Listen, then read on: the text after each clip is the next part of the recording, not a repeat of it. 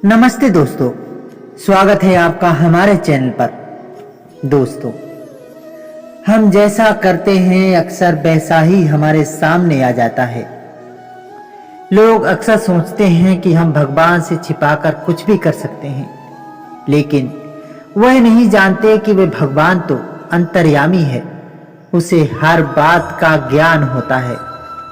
हम कुछ भी छिपाकर करें या दिखाकर, उस भगवान से कुछ भी छिप नहीं सकता। भगवत गीता में श्री कृष्ण ने कहा है कि कर्मों का फल हमें उसी तरह ढूंढ लेता है जिस तरह एक बछड़ा हजारों गायों के बीच अपनी मां को ढूंढ लेता है। कर्म फल इंसान को भोगना ही पड़ता है। हमारे किए गए कर्म हमें ढूंढ ही लेते हैं, फिर चाहे वो कर्म अच्छे हों या बुरे हों। लेकिन हम लोग इस बात को ज्यादा गंभीरता से नहीं लेते और हमें लगता है कि कर्म फल जैसा कुछ नहीं होता। हम अक्सर उन लोगों के बारे में बात करते हैं जो दूसरों के साथ बुरा करते हैं, लेकिन फिर भी कोई उनका कुछ नहीं कर पाता। यही सोचकर हम में से ज्यादातर लोग बुरे काम करने लग जाते हैं। हम सब ये भूल जाते हैं कि कर्मों का हिसाब कभी भी तुरंत नहीं होता। किसी के साथ बुरा करने वाला भले ही आज सुखी हो, लेकिन कभी ना कभी उसे उसके कर्मों का फल भोगना ही पड़ेगा। बहुत समय पहले की बात है। शहर से दूर एक गांव में एक दुकानदार रहता था जो अपने ही गांव के एक व्यक्ति से रोजाना 1 किलो मक्खन खरीदा करता था। वह दुकानदार कई सालों से उस व्यक्ति से मक्खन की खरीदारी कर रहा था। एक दिन उस दुकानदार ने सोचा कि मैं रोज इस व्यक्ति से मक्खन खरीदता हूँ, लेकिन बहुत समय से मैंने इसके मक्खन का वजन तौल कर नहीं देखा।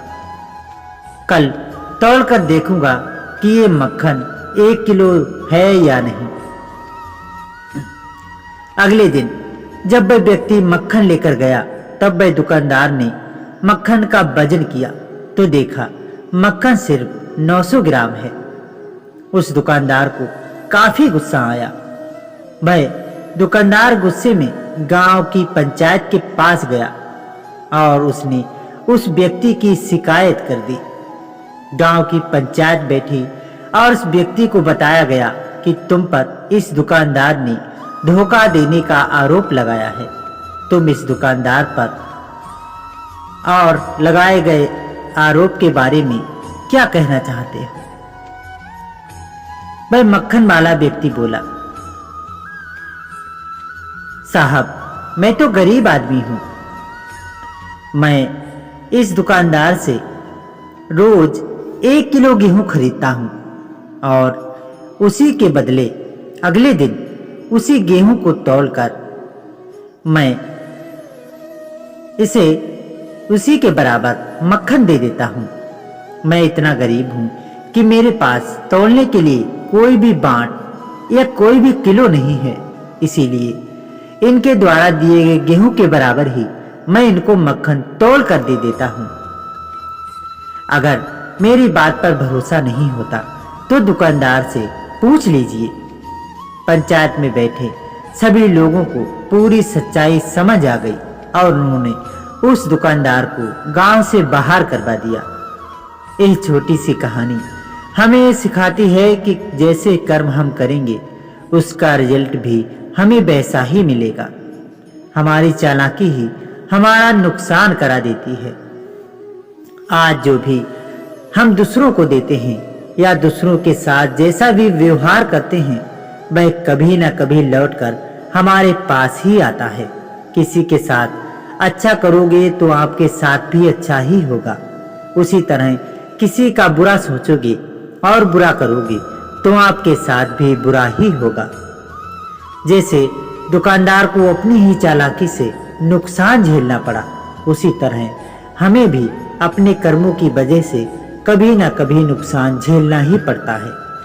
दूसरों के साथ हमें बुरा करके हमें 1 या 2 या 4 बार बच सकते हैं, लेकिन एक ना एक दिन उसका परिणाम हमें भुगतना ही पड़ता है। हम अपने कर्मों के फल से नहीं भाग सकते। बुरे करने वालों के साथ बुरा ही होता है, फिर चाहे वे आज हो या आने वाले 1 साल बाद हो। उसी तरह अच्छा करने वालों के साथ अच्छा ही होता है। कई बार हमें लगता है कि दूसरों के साथ गलत करके हम बच जाएंगे, लेकिन ऊपर वाला हर किसी के कर्मों को देखता रहता है और उसका हिसाब भी रखता है। जरूरत पड़ने पर हिसाब बराबर भी कर देता है। इसीलिए कभी भी गलत ना करो और ना ही ये सोचो कि उल्टे सीधे काम करके हम बच जाएंगे। जिंदगी को बेहतर तरीके से जियो, ईमानदार बनो। ज्यादा कमाने या सिर्फ ज्यादा ही फायदा देखने के चक्कर में किसी के साथ गलत कभी ना करो। हमेशा याद रखो, जैसा करेगा वह वैसा ही भरेगा। दोस्तों, आज की ये प्रेरणादायक कहानी और सुविचार आपको कैसे लगे हमें कमेंट में जरूर बताइएगा। चैनल पर नए हैं तो चैनल को सब्सक्राइब अवश्य कीजिएगा। तो मिलते हैं अगले वीडियो में, तब तक के लिए अपना और अपने पूरे परिवार का ख्याल रखिए। धन्यवाद।